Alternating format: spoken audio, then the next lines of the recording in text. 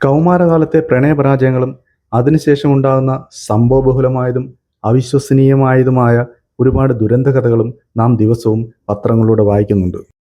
ഇവയിൽ പലതും ഒരു കെട്ടുകഥ പോലെ തോന്നുന്ന തരത്തിൽ നമുക്ക് അനുഭവപ്പെടാറുമുണ്ട്. ഒരുപക്ഷെ സിനിമയിൽ വളരെ രസകരമായി ഇത്തരം കഥകളൊക്കെ നാം കണ്ടിരിക്കാറുണ്ട്.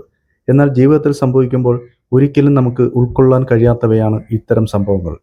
ഞാൻ പറയാൻ പോകുന്നതും അത്തരത്തിലുള്ള അടുത്തിടെ നമ്മുടെ ഇന്ത്യയിൽ തന്നെ സംഭവിച്ച ഹൃദയഭേദകമായ ഒരു കൊലപാതകത്തിൻ്റെ പിന്നാമ്പുറ കഥകളാണ്. വിവാഹശേഷം വളരെ നാളുകൾ കഴിഞ്ഞും ഒരു കുഞ്ഞിക്കാൽ കാണാതിരിക്കുന്ന ദമ്പതിമാരുടെ വിഷമം എത്രത്തോളം ഉണ്ടെന്ന് ഒരിക്കലും പറഞ്ഞറിയിക്കാൻ കഴിയത്തില്ല.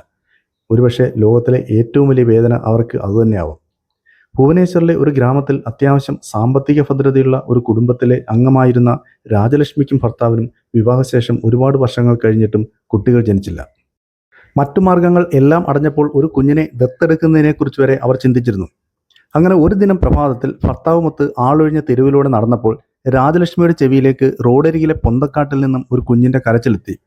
അവർ കരച്ചിൽ കേട്ട സ്ഥലത്തേക്ക് എത്തിച്ചേർന്നു. അവിടെ കണ്ടത് ഉപേക്ഷിക്കപ്പെട്ട നിലയിൽ ജനിച്ചിട്ട് 2-3 ദിവസം പ്രായമായ ഒരു പെൺകുഞ്ഞിനെയായിരുന്നു. തനിക്ക് ദൈവം തന്ന സമ്മാനമായി കരുതി രാജലക്ഷ്മി ആ കുഞ്ഞിനെ കൈക്കുമ്പിളിൽ വാരിയെടുത്തു. തൻ്റെ ജീവിതത്തിലെ ഏറ്റവും സന്തോഷമുള്ള ദിവസമായി അന്ന് രാജലക്ഷ്മിക്ക് തോന്നി. കുട്ടിയെ വീട്ടിൽ കൊണ്ടുവന്ന് എല്ലാ സൗഭാഗ്യങ്ങളും എല്ലാ വാത്സല്യവും നൽകി അവർ വളർത്തി. അവരുടെ ജീവിതത്തിൽ നഷ്ടപ്പെട്ടു പോയി എന്ന് കരുതിയിരുന്ന സന്തോഷങ്ങളെല്ലാം തിരികെ എത്തി. അവൾക്ക് സ്കൂളിൽ പഠിക്കുന്ന പ്രായമെത്തി. ഭുവനേശ്വറിലെ ഏറ്റവും ഉയർന്ന സ്കൂളിൽ തന്നെ അവളെ ചേർത്ത് പഠിപ്പിക്കാൻ തീരുമാനിച്ചു. പഠിക്കാൻ വളരെ മിടുക്കിയായിരുന്നു. അമ്മയ്ക്കും മനസ്സിൽ മകളെക്കുറിച്ച് ഒരുപാട് ആഗ്രഹങ്ങൾ വളർന്നു വരാൻ തുടങ്ങി. തങ്ങളുടെ എല്ലാ സ്വത്തുക്കളും എല്ലാ സമ്പാദ്യവും ആ മകൾക്ക് വേണ്ടി അവർ മാറ്റിവെച്ചു. അങ്ങനെ ആ മകൾ തൻ്റെ വളർത്തമ്മയുടെയും വളർത്തച്ഛൻ്റെയും ഒപ്പം സന്തോഷവതിയായി വളർന്നു വരികയായിരുന്നു.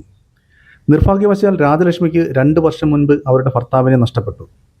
ഭർത്താവിൻ്റെ മരണശേഷം മകളുടെ ഉത്തരവാദിത്വം തനിക്ക് മാത്രമാണ് എന്ന ബോധ്യത്തിന്മേൽ മകൾക്ക് നല്ല വിദ്യാഭ്യാസം നൽകുന്നതിനായി അവർ ഗ്രാമത്തിൽ നിന്നും പട്ടണത്തിലെ വാടക വീട്ടിലേക്ക് താമസം മാറുന്നു. ഭുവനേശ്വറിലെ കേന്ദ്രീയ വിദ്യാലയത്തിൽ തന്നെ പെൺകുട്ടിക്ക് അഡ്മിഷൻ ശരിയാകുന്നു. അങ്ങനെ ഭാഗ്യവതിയായ ആ പെൺകുട്ടി 9ാം ക്ലാസ് വരെ അനുസരണയുള്ള കുട്ടിയായി പഠിക്കുന്നു. അപ്പോഴാണ് അവിചാരിതമായ ആ സംഭവം നടക്കുന്നത്. ഒരു ദിവസം രാത്രിയിൽ ഹൃദയാഘാതം മൂലം രാജലക്ഷ്മി എന്ന 52 വയസ്സുകാരി മരണമടയുന്നു. ആശുപത്രിയിൽ എത്തിച്ചപ്പോഴേക്കും മരണം സംഭവിച്ചതായി ഡോക്ടർമാർ വിലയിരുത്തി. വളർത്തുമകളാണ് രാജലക്ഷ്മിയെ ആശുപത്രിയിൽ എത്തിച്ചത്. അമ്മ ഹൃദയാഘാതം മൂലം മരണപ്പെട്ടു എന്ന് രാജലക്ഷ്മിയുടെ സഹോദരങ്ങളെ വിളിച്ച് അറിയിച്ചതും ഈ മകളാണ്.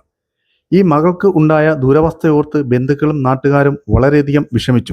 എന്നാൽ കുറച്ച് ദിവസങ്ങൾക്ക് ശേഷം ഈ പെൺകുട്ടിയുടെ മൊബൈൽ ഫോൺ കാണാനിടയായ രാജലക്ഷ്മിയുടെ സഹോദരന് അതിലുണ്ടായിരുന്ന ചില ചാറ്റുകൾ ശ്രദ്ധയിൽപ്പെട്ടപ്പോൾ രാജലക്ഷ്മിയുടെ മരണം കൊലപാതകമാണെന്ന് സംശയം തോന്നി.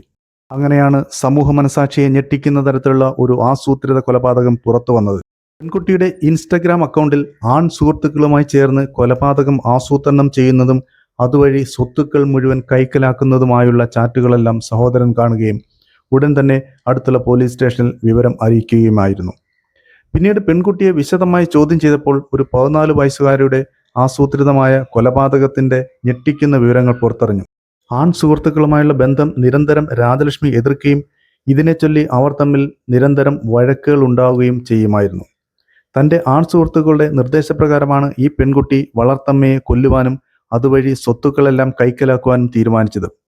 ആൺ സുഹൃത്തുക്കളുടെ നിർദ്ദേശപ്രകാരം ഒരു ദിവസം ഈ പെൺകുട്ടി വളർത്തമ്മയ്ക്ക് ആഹാരത്തിൽ ഉറക്കഗുളിക നൽകുന്നു. ബോധരഹിതയായി ഉറങ്ങിക്കിടന്ന രാജലക്ഷ്മിയെ പെൺകുട്ടിയുടെ ആൺ സുഹൃത്തുക്കൾ എത്തി തലയിണ കൊണ്ട് ശ്വാസം മുട്ടിച്ച് കൊലപ്പെടുത്തുകയായിരുന്നു. രാജലക്ഷ്മിക്ക് ഹൃദയ സംബന്ധമായ അസുഖങ്ങൾ ഉണ്ടായിരുന്നതിനാൽ ഈ മരണത്തിൽ ആർക്കും അസ്വാഭാവികത തോന്നിയിരുന്നില്ല. രാജലക്ഷ്മിയുടെ സ്വർണ്ണാഭരണങ്ങൾ പലതും പെൺകുട്ടി തൻ്റെ ആൺ സുഹൃത്തിന് നേരത്തെ തന്നെ കൈമാറിയിരുന്നു. ഇത് ഏകദേശം 2.5 ലക്ഷം രൂപയ്ക്ക് പണയം വെച്ചിരുന്നതായി പോലീസ് പിന്നീട് കണ്ടെത്തി. സംഭവത്തിൽ പെൺകുട്ടിയെയും പെൺകുട്ടിയുടെ ആൺ സുഹൃത്തുക്കളായിരുന്ന ക്ഷേത്ര പൂജാരിയായ ഗണേഷ് രാത്ത്, ദിനേശ് സാബു എന്നിവരെയും പോലീസ് അറസ്റ്റ് ചെയ്തു. ഫോണിൽ ഉണ്ടായിരുന്ന സന്ദേശങ്ങൾ രാജലക്ഷ്മിയുടെ സഹോദരൻ ഒരുപക്ഷെ കണ്ടില്ലായിരുന്നുവെങ്കിൽ ഈ കൊലപാതകം പുറം ലോകം അറിയാതെ പോകുമായിരുന്നു. തങ്ങളുടെ സമ്പാദ്യവും അതിലുപരി ജീവിതവും വരെ മകൾക്ക് വേണ്ടി മാറ്റിവെച്ച ആ അമ്മയുടെ മനസ്സ് എന്തുകൊണ്ടാണ് ആ പെൺകുട്ടിക്ക് കാണാൻ കഴിയാതെ പോയത്? ഇന്നലെ കണ്ട ഒരു ആൺ സുഹൃത്തിൻ്റെ വാക്കുകൾ അവൾക്ക് എന്തുകൊണ്ട് വിലപ്പെട്ടതായി തോന്നി? അങ്ങനെ ഒരുപാട് ചോദ്യങ്ങൾ ബാക്കിയാക്കിയാണ് ഈ ക്രൈം സ്റ്റോറി ഇവിടെ അവസാനിപ്പിക്കുന്നത്.